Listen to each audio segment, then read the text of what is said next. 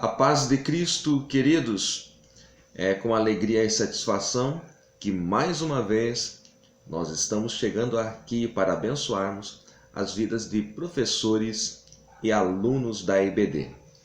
Lembrando que este trimestre nós estamos estudando a respeito do caráter do cristão, moldado pela palavra de Deus e provado como ouro. Nós já estamos chegando hoje à lição de número 6, Jonatas, um exemplo de lealdade. O nosso texto áureo de hoje está em 1 Samuel, capítulo 18 e o verso 3, que diz: E Jonatas e Davi fizeram aliança, porque Jonatas o amava como a sua própria alma. A verdade prática: o cristão deve ser exemplo de lealdade a Deus, a seus familiares e a todos os que estão ao seu redor. A nossa leitura bíblica em classe está em 1 Samuel, alguns versos do capítulo 18, capítulo 19 e capítulo 20.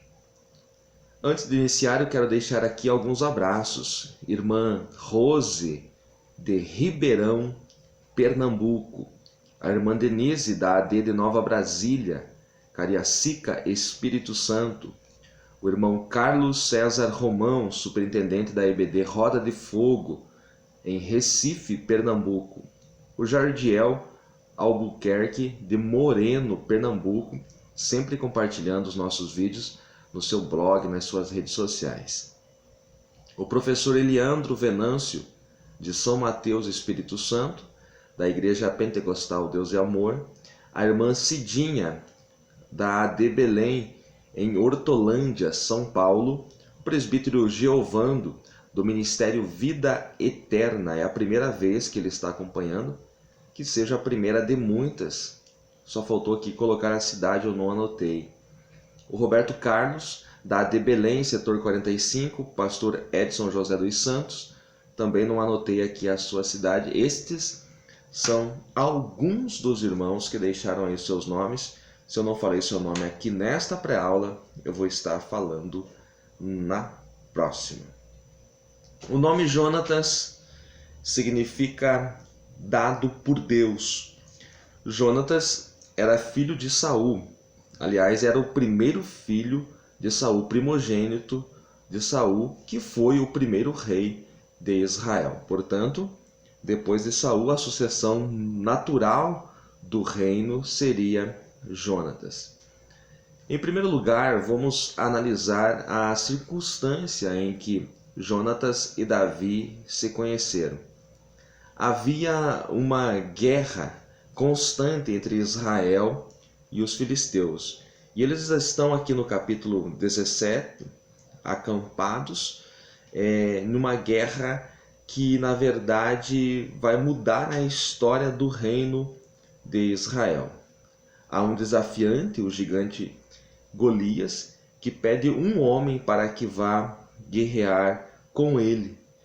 Nesse interim, Jessé manda seu filho mais moço, chamado Davi, que pastoreava ovelhas no campo, levar mantimento para os seus irmãos e também levar uma porção de queijos para o chefe, o comandante do exército, da guarnição, a qual os seus irmãos faziam parte. Chegando lá, Davi vê a situação e diz que vai lutar com o gigante. E você sabe que de maneira sobrenatural, Davi derrotou o gigante Golias e deixou naquele momento o campo, e Saul não o deixou voltar para o seu pai. Ele passou a estar no palácio do rei Saul. Então foi desta maneira, foi neste momento da história aí, que Davi e Jonatas se conhecem. Porém, Jonatas logo percebe que o Senhor tem escolhido Davi para ser o sucessor do seu pai.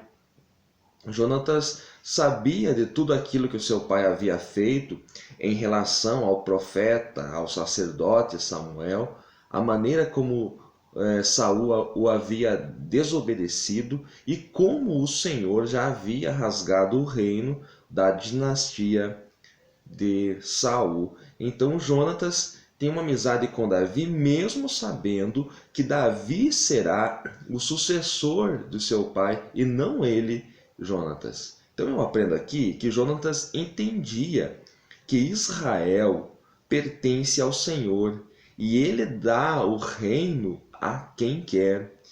Jonatas entendia um propósito maior, que Deus, sendo o Senhor de toda a terra, escolheu a nação de Israel para que dela venha o Messias, e ele deu o reino a Saul, e ele tem o poder para tirar, para rasgar o reino da mão de Saul.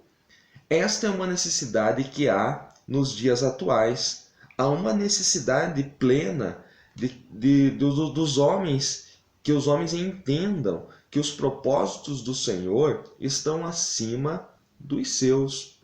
Na verdade, nós devemos andar nos caminhos que o Senhor delineou, no propósito que ele delineou, e não nas nossas vontades. Jonatas, ele entendia que havia um propósito soberano do Senhor com a nação de Israel, que o reino pertence ao Senhor, o reino de Israel pertence ao Senhor e ele poderia dar e tirar de quem quer que fosse. Então, esta é uma necessidade nossa hoje, para que nós possamos ser pessoas que vão ter um caráter como o de Jonatas, um caráter leal, que vão cultivar amizades leais, que vão ter um bom relacionamento, boas amizades. Para que nós façamos isso, nós precisamos entender que Deus tem propósitos, que tudo é dele e ele dá a quem quer. Eu não posso ver o meu irmão como um rival. Jonatas tinha todas as prerrogativas para ver em Davi um rival, alguém que iria ocupar o trono de Israel depois da partida do seu pai. Ele poderia ajudar o seu pai a eliminar Davi, mas ele não faz isso. Ele ama Davi de tal forma que ele ajuda Davi até mesmo a escapar do seu pai, porque ele entendia que o Senhor tem um plano soberano, que o Senhor tem propósitos e que o reino já fora rasgado das mãos do seu pai.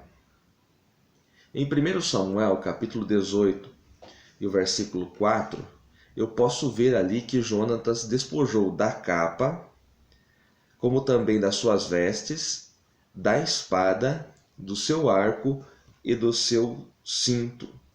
Ou seja, ele está passando tudo aquilo que ele tem, as vestimentas reais. Ele está passando a sua capa, ele está passando a espada, e isso é algo muito sério, porque em Israel somente o rei Jonatas tinha espada. Não era como os filisteus dominavam o ferro, dominavam o cobre, de maneira que todos no exército dos filisteus tinham armas como espada. Já os israelitas ainda não tinham, não dominavam. E mesmo assim Jonatas toma a sua espada e dá de presente para Davi, reconhecendo que ele seria o sucessor. Em 1 Samuel 19, verso 1, Saul pede o seguinte a Jonatas, seu filho, e aos seus servos. Ele pede que matem Davi. Porém, Jonatas, filho de Saul, estava muito afeiçoado a Davi. Saul aqui, ele representa líderes desviados que estão dentro do reino, mas que não têm mais a presença de Deus. Pessoas em cargo de lideranças dentro do reino que não têm mais a presença de Deus. E aí eles vão tomando decisões, as atitudes deles são de quem não tem a presença, são decisões suas próprias, porque o Senhor já não está mais com eles. Outro personagem aqui, Jonatas, representa os filhos do reino, que amam e entendem a soberania divina. E Davi, que é o terceiro personagem aqui, é um homem do campo, entregador de lanche, mas que foi escolhido por Deus para ser o sucessor de Saul. Eu digo aqui que os Saús do ministério querem usar os filhos do reino, no caso aqui Jonatas, para impedir que o escolhido, aqui Davi, o escolhido de Deus, chegue ao trono. Veja que aqui em 1 Samuel 19, verso 1, ele chega e pede ao próprio Jonatas que mate Davi. E isso é uma coisa que ele jamais vai fazer. Pelo contrário, se você olhar para o verso 2, Jonatas vai até Davi, comunica da decisão do seu pai e pede para que Davi procure um lugar oculto, pede para que Davi esconda-se até determinado tempo. E aqui eu aprendo algo sublime. O escolhido, ele precisa saber a hora de sair de cena. Ora, Davi já havia recebido a unção através do profeta Samuel.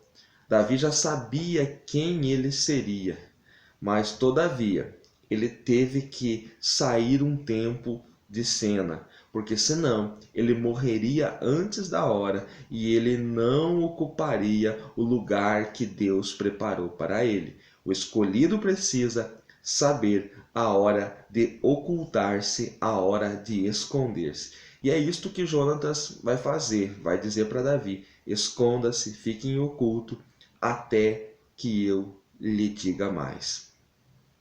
Olhando para o capítulo 19 ainda, o versículo 31, que está na nossa leitura bíblica em classe, Saul diz assim: porque todos os dias que o filho de Jessé viver sobre a terra, nem tu serás firme, nem o teu reino.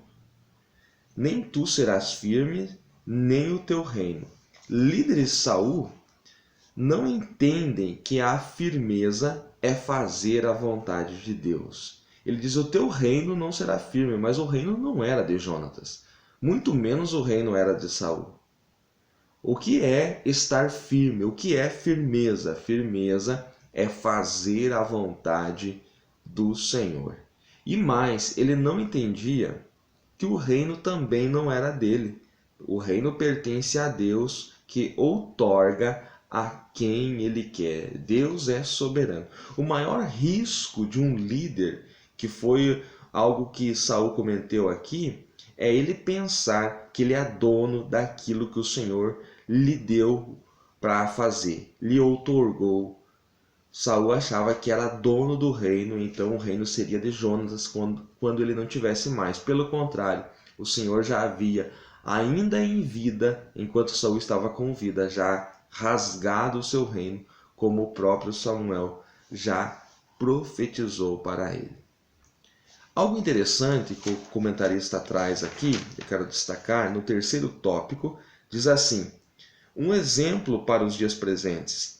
Há muitos em igrejas evangélicas que brigam por cargos e posições, agindo muitas vezes com métodos carnais, seguindo o exemplo dos ímpios.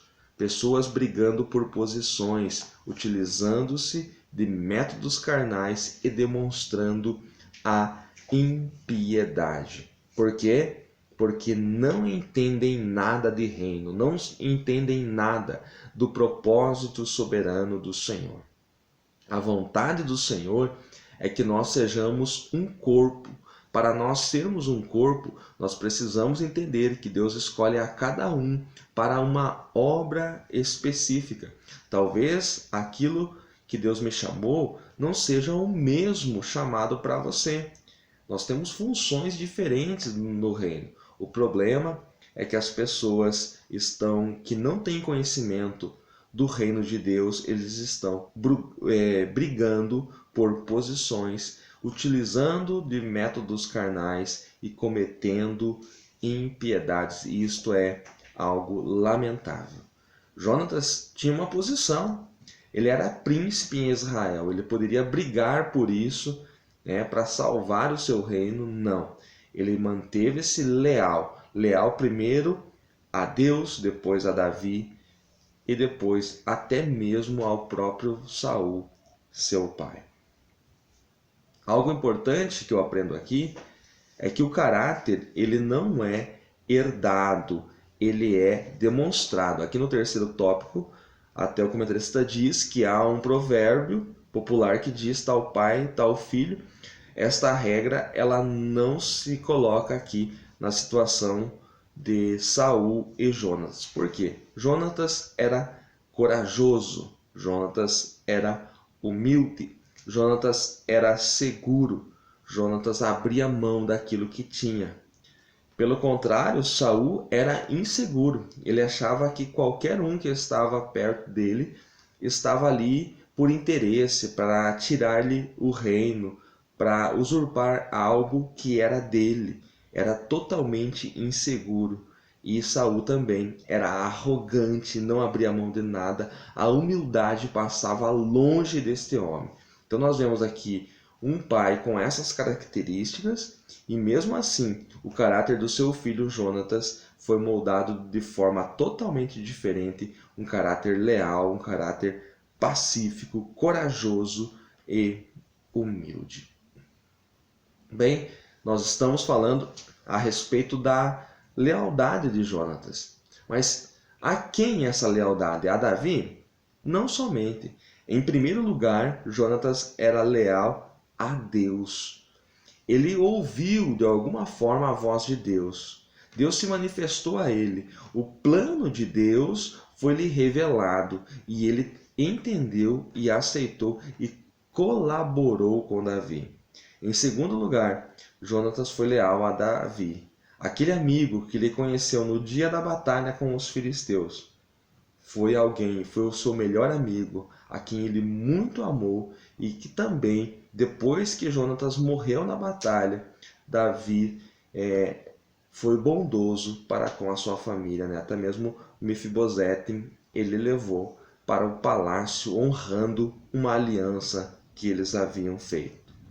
Agora, o que mais nos surpreende aqui é que Jonatas também foi leal a Saul, seu pai, a ponto de morrer com ele. Se você olhar ali para o último capítulo do primeiro livro de Samuel, você vai ver que naquela batalha em que Saul morreu, Jonatas estava junto e morreu primeiro, estando junto com seu pai, mesmo seu pai cometendo atrocidades, mesmo seu pai estando fora da vontade diretiva do Senhor, ele foi fiel ao seu pai, ele honrou ao seu pai. Por isso que Jonatas é um exemplo de caráter a Deus, aos irmãos e ao seu próprio pai. Jonatas é um exemplo para a igreja seguir. Lealdade a Deus, ao próximo e até mesmo aos inimigos. Então, num tempo em que hoje as pessoas estão olhando para o seu próprio interesse, num tempo em que as pessoas buscam posição, poder, Jonatas vem aqui, essa história, para mudar totalmente esse conceito. Seria quase que inimaginável alguém que agisse da forma que agiu este homem chamado Jonatas. Seria quase inimaginável hoje, porque as pessoas estão gananciosas, elas estão buscando até mesmo posições que elas não têm condições de ocupar.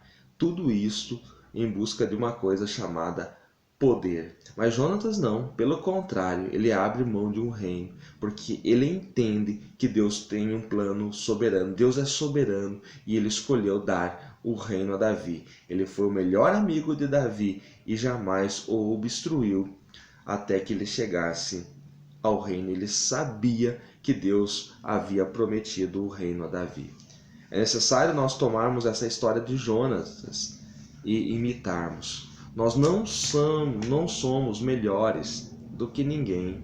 Nós não somos. Se eu estou aqui, é porque Deus me concede esta graça. Se você ocupa um cargo de liderança na sua igreja, até mesmo liderança da sua classe de escola dominical, é normal nesse meio nós vermos uma disputa teológica de quem sabe mais, de quem pode mais. É necessário abrirmos mão.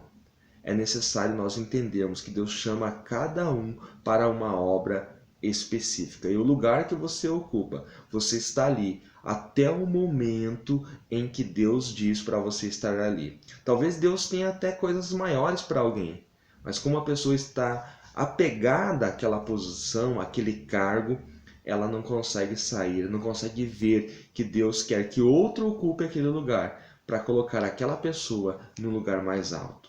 É necessário nós entendermos os planos de Deus e sermos leais, em primeiro lugar ao Senhor, depois aos nossos irmãos e até mesmo com os nossos inimigos, com aqueles que não merecem a nossa lealdade. Nós devemos demonstrar isso, porque isto sim é o verdadeiro cristianismo. Eu quero agradecer a todos os irmãos que estão sempre nos acompanhando. Aos cerca de 3.000 irmãos estão nos acompanhando toda a semana. São mais de 2.700 inscritos. Eu fico muito feliz pelo carinho de vocês. Vocês sempre estão aí dando o seu joinha. Continue aí dando o seu joinha para nos ajudar.